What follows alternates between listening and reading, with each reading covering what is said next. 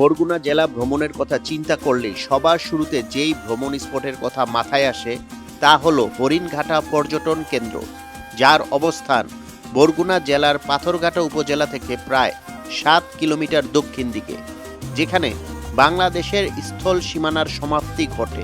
হরিণঘাটা হলো একটি বনভূমি যেখানে রয়েছে নানা গাছপালা, ঝাউবন ও সবুজ প্রকৃতি।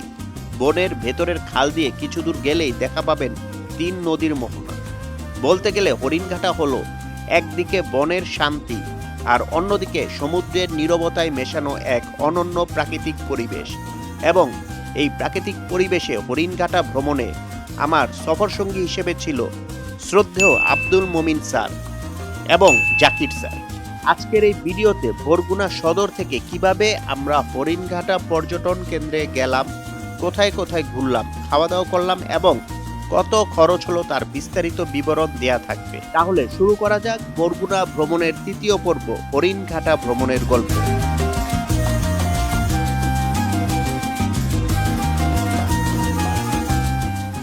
হ্যালো এভরিওয়ান, আমরা আজকে যাচ্ছি বরগুনার দ্বিতীয় স্পট, যেটা কিনা বরগুনার একটা উপজেলা, পাথরঘাটা উপজেলা, সেখানকার হরিণঘাটা ট্যুরিস্ট স্পটে। পাথরঘাটা হলো বাংলাদেশের সর্বদক্ষিণের একটি উপজেলা। পাথরঘাটার পরে আর বাংলাদেশের কোনো সীমানা নেই। তো আজকে সকালের দোলবুনিয়া ট্যুরিস্ট স্পট ভ্রমণ শেষে যাচ্ছি আমাদের দ্বিতীয় স্পট ভ্রমণে।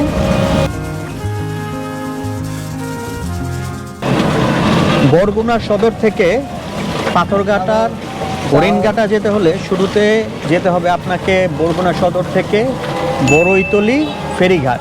তো আমরা সেই বড়ইতলি ফেরিঘাটের উদ্দেশ্যে রওনা দিয়েছি অটোতে করে। অটো ভাড়া জনপ্রতি 20 টাকা। বরগুনা সদর থেকে বড়ইতলি ফেরিঘাটের দূরত্ব প্রায় 6 কিলোমিটার। বিষখালী নদীর শাখা খালের পাশ দিয়ে আমরা যাচ্ছি বড়ইতলি ফেরিঘাটের উদ্দেশ্যে। আমার 2 স্যার ও আমি প্রথমবারের মতো পাথরঘাটা যাচ্ছি, তাই ভ্রমণের প্রতিটি মুহূর্ত আমরা উপভোগ করছি। আনুমানিক 15 থেকে 20 মিনিটের মধ্যেই আমরা পৌঁছে যাই বড়ইতলি ফেরিঘাটে। ঘাটে পৌঁছে দেখি বিশাল বিষখালী নদী ও সাথে কালো মেঘে ঢাকা আকাশ। এই বুঝি চুপ করে বৃষ্টি নেমে এলো। আমরা এখন ট্রলারে করে নদীর ওপারে বাইনচটকি ফেরিঘাটে যাব। ঘাটে কিছু সময় অপেক্ষা করার পর বাইনচটকি ফেরিঘাট থেকে যাত্রী বোঝাই ট্রলার আসলো এবং আমরা ট্রলারে উঠে রওনা করলাম নদীর ওই পারে ফেরিঘাটের উদ্দেশ্যে।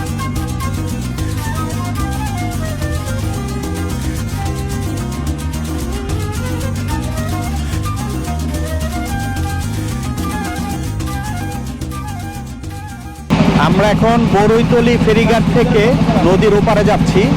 এই যে দেখতে পাচ্ছেন, এটা হলো বিষখালী নদী। বিষখালী নদী দেখতে আসলে বেশ প্রশস্ত। তো প্রথমে নদী দেখে ভয় পাইছিলাম যে কি নাকি ঢেউ থাকে, কিন্তু আলহামদুলিল্লাহ নদীতে তেমন কোনো ঢেউই নাই। খুবই স্মুথলি আমরা ট্রলারে পার হচ্ছি। ট্রলার পারাপার প্রতিজন 25 টাকা। এবং বিষখালী নদীর এপারে একটা ছোট বন দেখতে পাচ্ছেন, ম্যানগ্রোভ ফরেস্ট। সেখানে হরিণ, সাপ আছে। তো এই বনের চারদিকেই হলো নদী, বিষখালী নদী। এবং বিষখালী নদীর আরেকটা অন্যতম বৈশিষ্ট্য হলো বিষখালী নদীর ইলিশ কিন্তু খুব বিখ্যাত। বাংলাদেশের ইলিশ মাছের ভিতর সবচেয়ে মজাদার ইলিশ হলো বিষখালী নদীর ইলিশ।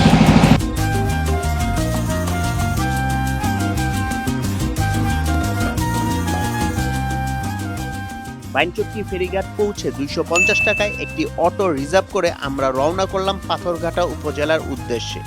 সাধারণত এই ফেরিঘাট থেকে পাথরঘাটা উপজেলার অটো ভাড়া জনপ্রতি 70 টাকা। নীল আকাশে সাদা মেঘের ভেলার সাথে সবুজ প্রকৃতি ও মৃদু মন্দ বাতাস মনকে করেছিল উচাটন। তাই তো আপন মনে গেয়ে উঠি, আজ কেন মন উদাসী হয়ে দূর অজানায় যাই হারিয়ে। বাইনচট্টি ফেরিঘাট থেকে পাথরঘাটা উপজেলার দূরত্ব প্রায় 20 কিলোমিটার। তো এখন পর্যন্ত আমরা প্রায় 5-7 কিলোমিটার মতো আসছি। রাস্তাঘাট খুবই সুন্দর, একদম পিচ ঢালা রাস্তা, কোনো ভাঙাচুরা নাই। সামনেও কি এরকম রাস্তা নাকি? পুরো রাস্তায় কি এরকম? টুকটাক ভাঙাচুরা থাকতে পারে। কারণ আবার বৃষ্টি হচ্ছে, যেহেতু শ্রাবণ মাস, এই রোদ এই বৃষ্টি। তো একটু আগেই ওয়েদারটা ছিল রৌদ্রোজ্জ্বল, এখন আবার নামতেছে বৃষ্টি। এই বৃষ্টি অবশ্য বেশিক্ষণ থাকবে না, কিছুক্ষণের ভিতরেই দেখবো আবার রোদ উঠে গেছে।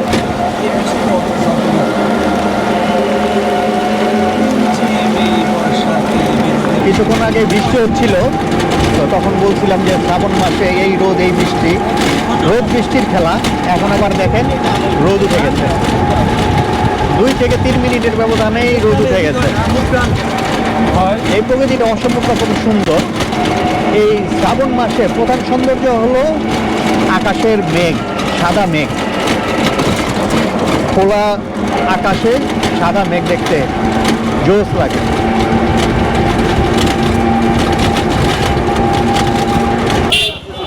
আমরা পাথরঘাটা উপজেলার পাথরঘাটা চৌরাস্তায় চলে আসছি।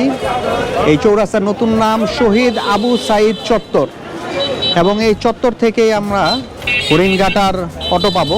এখন আবার হরিণঘাটার অটো খোঁজার পালা। পাথরঘাটা চৌরাস্তায় এসে হরিণঘাটার খোঁজ খবর নিতে এসে জানতে পারলাম যে এখানে আরো 2টা পয়েন্ট আছে। একটা হলো রুহিতা ভাঙন, এখানকার স্থানীয় লোকজন এটাকে পদ্মা ভাঙন নামে চিনে, এবং আরেকটা হলো নীলিমা পয়েন্ট।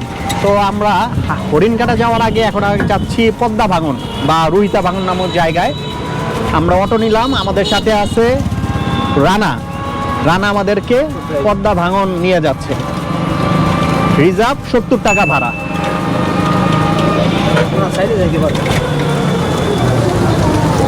পাথরঘাটা পৌরসভা থেকে রওনা করার কিছু পরেই রাস্তাঘাট ছিল খুবই ভাঙাচোরা। পৌরসভা এলাকার মধ্যে হলেও পৌরসভার উন্নয়নমূলক কোনো কাজ আমাদের চোখে পড়ে নাই। পৌরসভার শেষ সীমানা পর্যন্ত ভাঙাচোরা রাস্তা ছিল। যখনই পৌরসভার সীমানা শেষ ও ইউনিয়ন পরিষদের সীমানা শুরু, সেখান থেকেই ভালো রাস্তার দেখা পাই। রাস্তার 2 পাশে অসাধারণ প্রাকৃতিক পরিবেশ দেখতে দেখতে ভ্রমণ ক্লান্তি গায়ে লাগছিল না। অবশেষে আমরা পৌঁছে যাই পদ্মা ভাঙন নামক জায়গায়। ঘুরতে ঘুরতে আমরা চলে আসলাম পদ্মা স্লুইস নামে একটা জায়গায়। এই যে দেখতে পাচ্ছেন মাছ ধরার ট্রলার। এই ট্রলারগুলিতে করেই জেলেরা সাগরে যায় মাছ ধরতে, এবং যে স্লুইস নামটা এটাই হয়তোবা সেই স্লুইস গেট যেখানে পানি আটকানো হয় এবং প্রয়োজনে গেট খোলা হয়। আসলে স্লুইস গেট দেখার কোনো আগ্রহ নাই, তবে এই যে জেলেদের জীবনযাত্রার চিত্র সেটাই দেখার আগ্রহে এখানে আসলাম।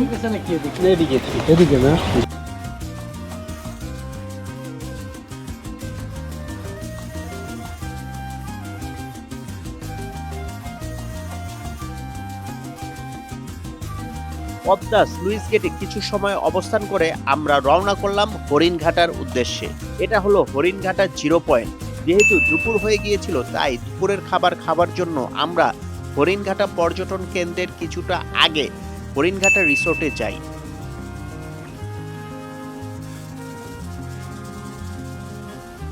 আমরা আগে থেকেই দুপুরের খাবার অর্ডার করে রেখেছিলাম। দুপুরের মেনুতে ভাতের সাথে ছিল চিংড়ি মাছের ভর্তা, ইলিশ মাছ ভুনা ও ডাল। খাবারের মূল্য নিয়েছিল 1300 টাকা। ঘুরতে ঘুরতে আমরা অবশেষে চলে এলাম পাথরঘাটার হরিণঘাটা পর্যটন কেন্দ্রে। হরিণঘাটা আসলে আপনারা সুন্দরবনের একটা ফ্লেভার পাবেন। 2 পাশেই দেখেন জঙ্গল, এবং জঙ্গলের মাঝখান দিয়ে সুন্দরবনে যেরকম হাঁটার একটা ওয়াকওয়ে করা আছে, ঠিক সে একই রকমভাবেই এখানেও একটি ওয়াকওয়ে করা আছে, এবং ভিউটা খুবই সুন্দর। যদিও এই ওয়াকওয়ে দিয়ে সাবধানে হাঁটতে হবে আপনাদেরকে, কারণ দেখতেই পাচ্ছেন জায়গায় জায়গায় কিন্তু ভাঙনের সৃষ্টি আছে। অসাবধানতাবশত একটা দুর্ঘটনা ঘটে যেতে পারে। সো ছবি তুলব, ভিডিও করব, কিন্তু সতর্কতার সাথে, যেন এই ছবি তোলা বা ভিডিও তোলার কারণে, অসতর্কতার কারণে কোনো দুর্ঘটনা সারা জীবনের কান্না না হয়ে দাঁড়ায়।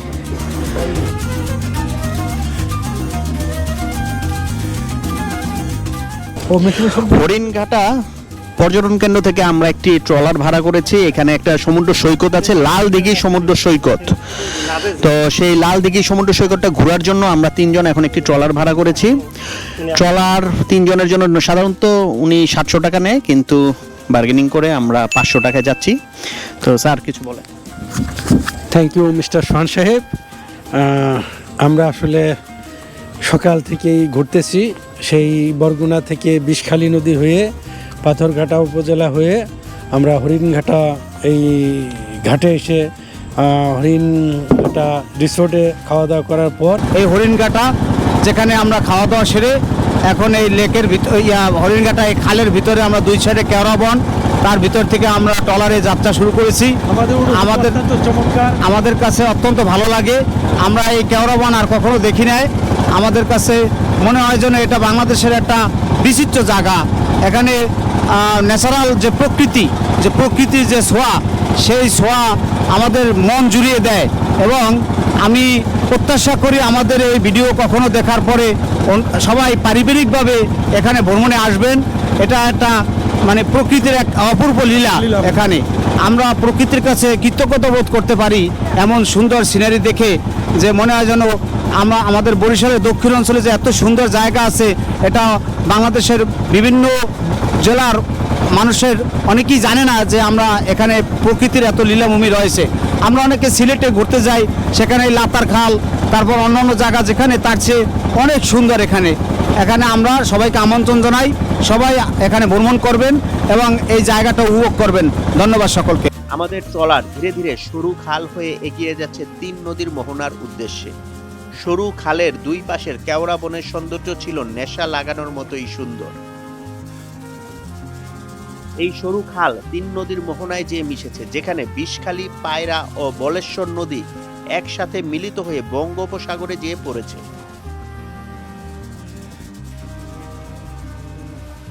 এতক্ষণ তো খাল ঠান্ডাই ছিল, কিন্তু আমরা মনে হয় 3 নদীর মোহনার খুব কাছে পৌঁছে গেছি, কারণ সামনেই খোলা জায়গা। এখানে খাল প্রশস্ত হয়েছে এবং বাতাসের তীব্রতাও বৃদ্ধি পাচ্ছে।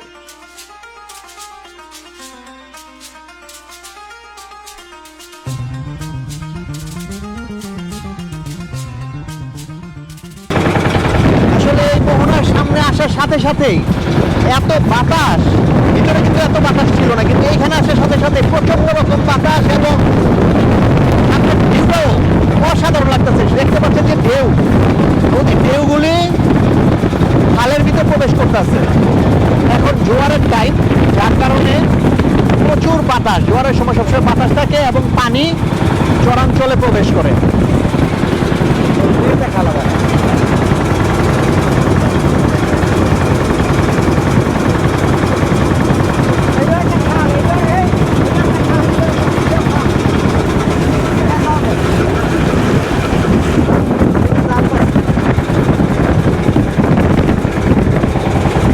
যতই আমরা মোহনার দিকে যাচ্ছি, ততই আমাদের ট্রলার প্রচন্ড ঢেউয়ের কবলে পড়ে ভয়ঙ্কর ভাবে দুলছিল। এই পয়েন্টে এসে ভয় পেয়ে গিয়েছিলাম, কারণ ট্রলারের দুলুনিতে স্থির বসে থাকতে পারছিলাম না।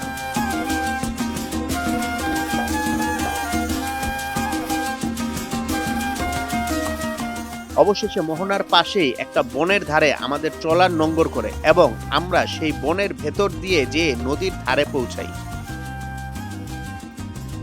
এখন জোয়ারের সময়, তাই তো ঢেউয়ের মাত্রা বেশ বৃদ্ধি পাচ্ছিল। বাতাস এবং ঢেউয়ের তীব্রতা আমাদের সারাদিনের ক্লান্তি দূর করে দিয়েছে।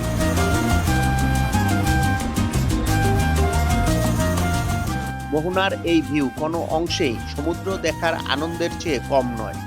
এখান থেকে তালতলী বিদ্যুৎ কেন্দ্র দেখা যায়।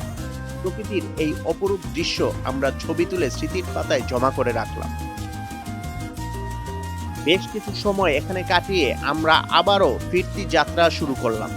যখন আমরা ফিরছিলাম তখন ঢেউয়ের মাত্রা পূর্বের থেকে আরো বৃদ্ধি পেয়েছিল এবং এবার তো সত্যি সত্যি ভয় পাবার মতো অবস্থা তৈরি হয়েছিল।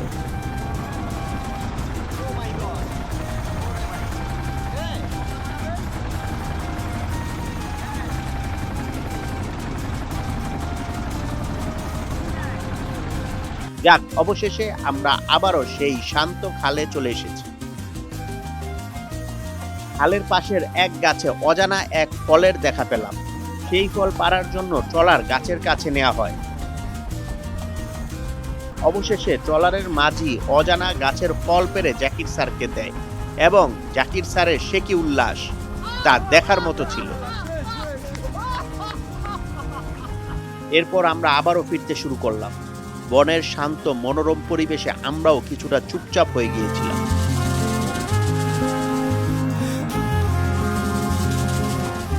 অবশেষে আমরা ফিরে আসলাম হরিণঘাটা ব্রিজের পাশে, যেখান থেকে আমাদের ট্রলার যাত্রা শুরু হয়েছিল। একদিকে সূর্য অস্তমিত যাচ্ছিল, অন্যদিকে আমরাও ছুটে চলছিলাম পাথরঘাটা থেকে বরগুনার উদ্দেশ্যে। পাথরঘাটার হরিণঘাটা ভ্রমণ সত্যিই আমাদের হৃদয় ছুঁয়ে গিয়েছিল। ইনশাল্লাহ আবারও বরগুনা ভ্রমণের সুযোগ হলে প্রকৃতির টানে ফিরে আসব এই পাথরঘাটায়। আজ এ পর্যন্তই। ইনশাল্লাহ পরবর্তী পর্বে বরগুনার আরও একটি উপজেলা, তালতলী উপজেলা ভ্রমণ গল্প নিয়ে হাজির হব আপনাদের সামনে। সে পর্যন্ত ভালো থাকবেন সবাই। আল্লাহ হাফেজ।